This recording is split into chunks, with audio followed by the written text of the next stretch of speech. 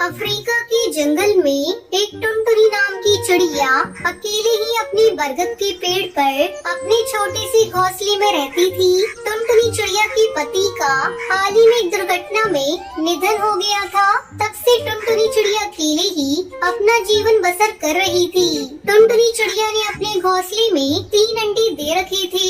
उसका घोंसला इतना छोटा था कि उसके 3 अंडे रखने के बाद घोंसले में एक चींटी के बैठने की भी जगह नहीं रहती थी।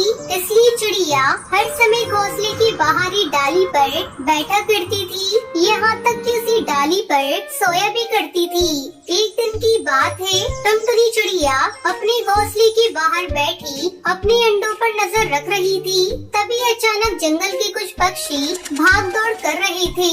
ये देखकर टुनटुनी चिड़िया हरिया काका को आवाज लगाती है। अरे हरिया काका, ओ हरिया काका। अरे अरे चिड़िया बहन, अरे आप यहाँ क्यों बैठी हो? अरे अपने अंडे को लेके भागो यहाँ से। क्या काका, क्या हो गया? अरे चिड़िया बहन, हमारे जंगल में बहुत खतरनाक बाज घुस आया है और वो पक्षियों के अंडे और उनके बच्चों को खा रहा है। इसलिए हम सब अपने बच्चों को लेकर इस जंगल से भाग रहे हैं। आप भी अपने अंडों को लेकर यहाँ से भाग जाइए। इतना कहकर हरिया काका अपनी बेटी को लेकर वहाँ से उड़ जाता है। ये बात सुनकर टुनटुनी चिड़िया घबरा जाती है। अरे बाप रे, मेरे 3 अंडे हैं, अब मैं क्या करूं? मैं एक साथ तीनों अंडों को नहीं ले जा सकती, क्या करूं? टुनटुनी चिड़िया बहुत परेशान हो जाती है। उसे कुछ भी समझ में नहीं आ रहा था कि कैसे अपने अंडों को उस बात से बचाए। तभी टुनटुनी चिड़िया की नजर उसी बरगद के पेड़ की पत्तों पर पड़ती है। जिसके बाद टुनटुनी चिड़िया एक एक करके कई सारी पत्ते तोड़कर अपने घोंसले और अपने अंडों को उन पत्तों से छुपा देती है। अब मेरे अंडे वो बाज नहीं देख पाएगा। तभी वो बाज वहाँ आ जाता है। टुनटुनी चिड़िया उस बाज को देखकर पेड़ की डाली के पीछे छुप जाती है। बाज उसी डाली पर आकर बैठ जाता है जहाँ टुनटुनी चिड़िया के अंडे घोंसले में पड़े हुए थे। अरे बाप रे, ये बाज तो मेरे घोंसले के पास ही आकर बैठ गया।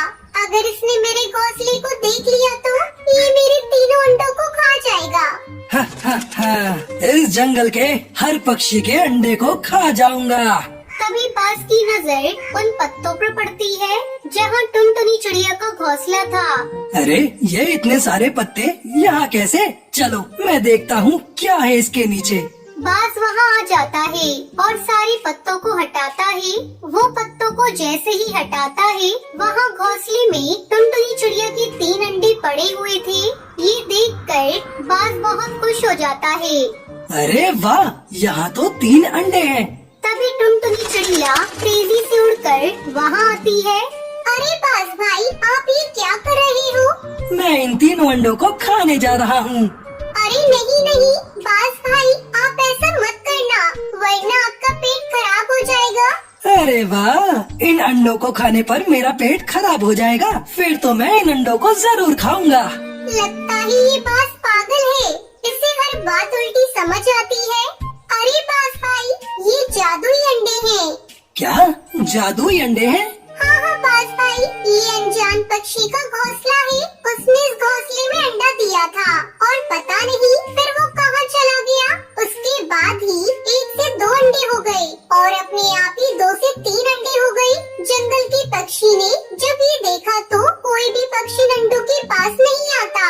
आप भी इन्हें मत खाइए, वरना आपके साथ क्या होगा इस बात का अंदाजा आप भी नहीं लगा सकते। अरे वाह, ये अंडे अपने आप 1 से 2 और 2 से 3 हो गए। इसका मतलब ये 3 से 4 और 4 से 5 भी हो सकते हैं। हाँ ठीक है बहन, क्योंकि ये जादुई अंडे हैं ना, इसलिए इसका मतलब ये 100 अंडे भी हो सकते हैं। अब तो मैं इन अंडों को गोद में रखूंगा और पूरे 100 अंडे हो जाएंगे तो मैं इन्हें खा जाऊंगा। अच्छा बहन, अब तुम जाओ। टुनटुनी चिड़िया वहाँ से उठकर बगल वाले पेड़ पर जाकर बैठ जाती है और वहीं से अपने अंडे और अपने घोंसले पर नजर रखती है।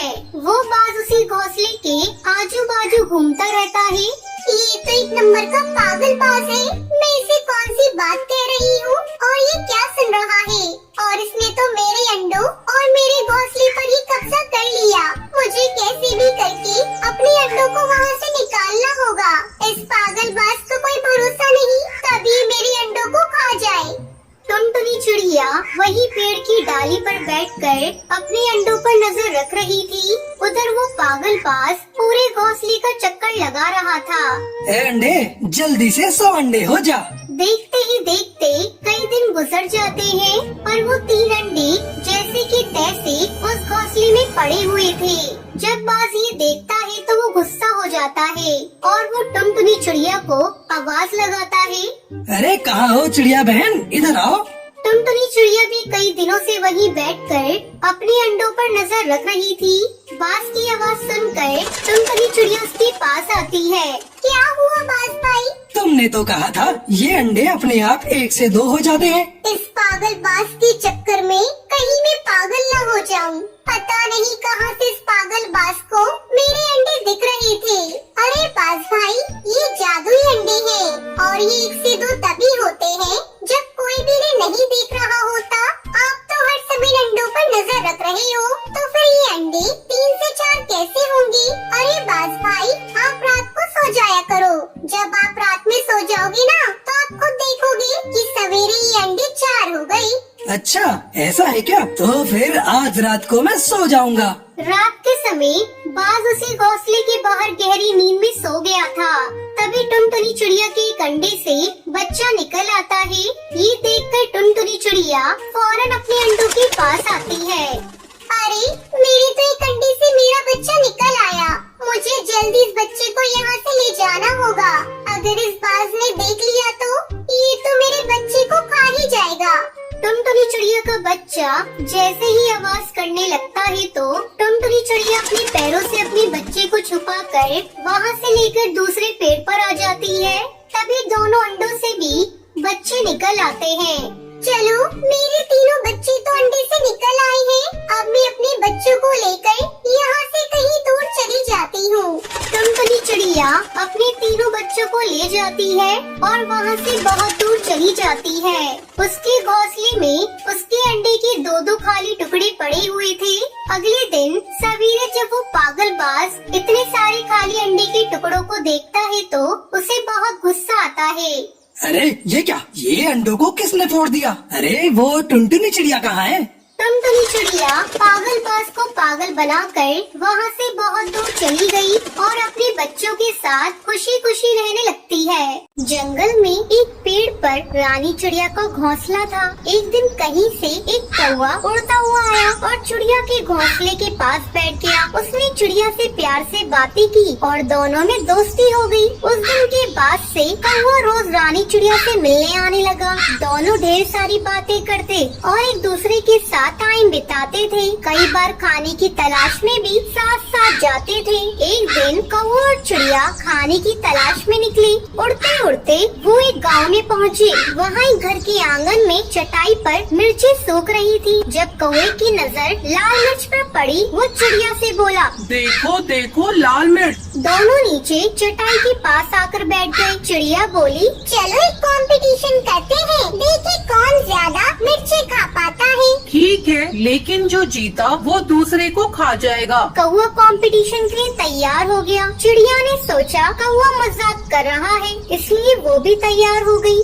दोनों ने मिर्ची खाना शुरू किया। चिड़िया ईमानदारी के साथ मिर्च खा रही थी, लेकिन कौवा चिड़िया से नजर बचाकर बेईमानी करने लगा। कौवा कुछ मिर्ची खाता और कुछ को चटाई के नीचे छिपा देता। इस बेईमानी की वजह से कौवा जीत गया। जीत की खुशी में वो चिल्लाया, मैं जीत गया, अब मैं तुम्हें खा जाऊंगा। कौवे की बात सुनकर रानी चिड़िया बहुत दुखी हुई। वो तो कौवे को अपना दोस्त समझती थी, लेकिन कौवे ने अपना असली रंग दिखा ही दिया। कौवा चिड़िया को खाने के लिए उतावला होने लगा। तब चिड़िया बोली, ठीक है, तुम मुझे खा सकते हो, लेकिन मुझे खाने से पहले अपनी चोंच धो कर आओ। पता नहीं तुम क्या क्या खाते हो और तुम्हारी चोंच बहुत गंदी रहती है। कौवा चिड़िया की बात मान गया और उड़कर नदी किनारे चला गया। जब उसने नदी से पानी मांगा तो नदी बोली, मैं तुम्हें पानी देने को तैयार हूँ, लेकिन पहले एक मटका लेकर आओ, उसमें जितना चाहो उतना पानी ले जाना। कौवा उड़ता हुआ कुम्हार के पास गया। सुनो, मेरे लिए एक अच्छा सा मटका बनाओ। कुम्हार बोला। मैं तुम्हारे लिए मटका बना दूंगा, लेकिन उसके लिए मुझे मिट्टी की जरूरत होगी। अभी मेरे पास मिट्टी नहीं है, मुझे थोड़ी मिट्टी ला कर दो। कौवा उड़ता हुआ खेत में पहुंचा और अपनी चोंच से मिट्टी खोदने लगा। तभी धरती बोली, पूरी दुनिया जानती है तुम कूड़ा और गंदगी खाते हो। मैं अपनी मिट्टी पर तुम्हें चोंच नहीं मारने दूंगी। अगर तुम्हें मिट्टी चाहिए तो फावड़ा लेकर आओ। कौवा लोहार के पास गया और उससे बोला। मुझे एक फावड़ा बना कर दो। लोहार बोला। अगर तुम्हें फावड़ा चाहिए तो मुझे आग ला कर दो। कौवा पास में एक किसान के घर गया। वहाँ किसान की पत्नी खाना बना रही थी। कौवा उससे बोला, मुझे आग चाहिए। किसान की पत्नी ने चूल्हे में जलती हुई एक लकड़ी निकाल कर कौवे की चोंच पर रख दी। आग की चपटे उसके पंखों पर लग गई। कुछ ही देर में कौवा जलकर राख हो गया। तो इस तरह कौवे को अपनी धोखे की सजा मिल जाती है। तो ये थी आज की कहानी। अगर आपको ये कहानी पसंद आई हो तो इसे लाइक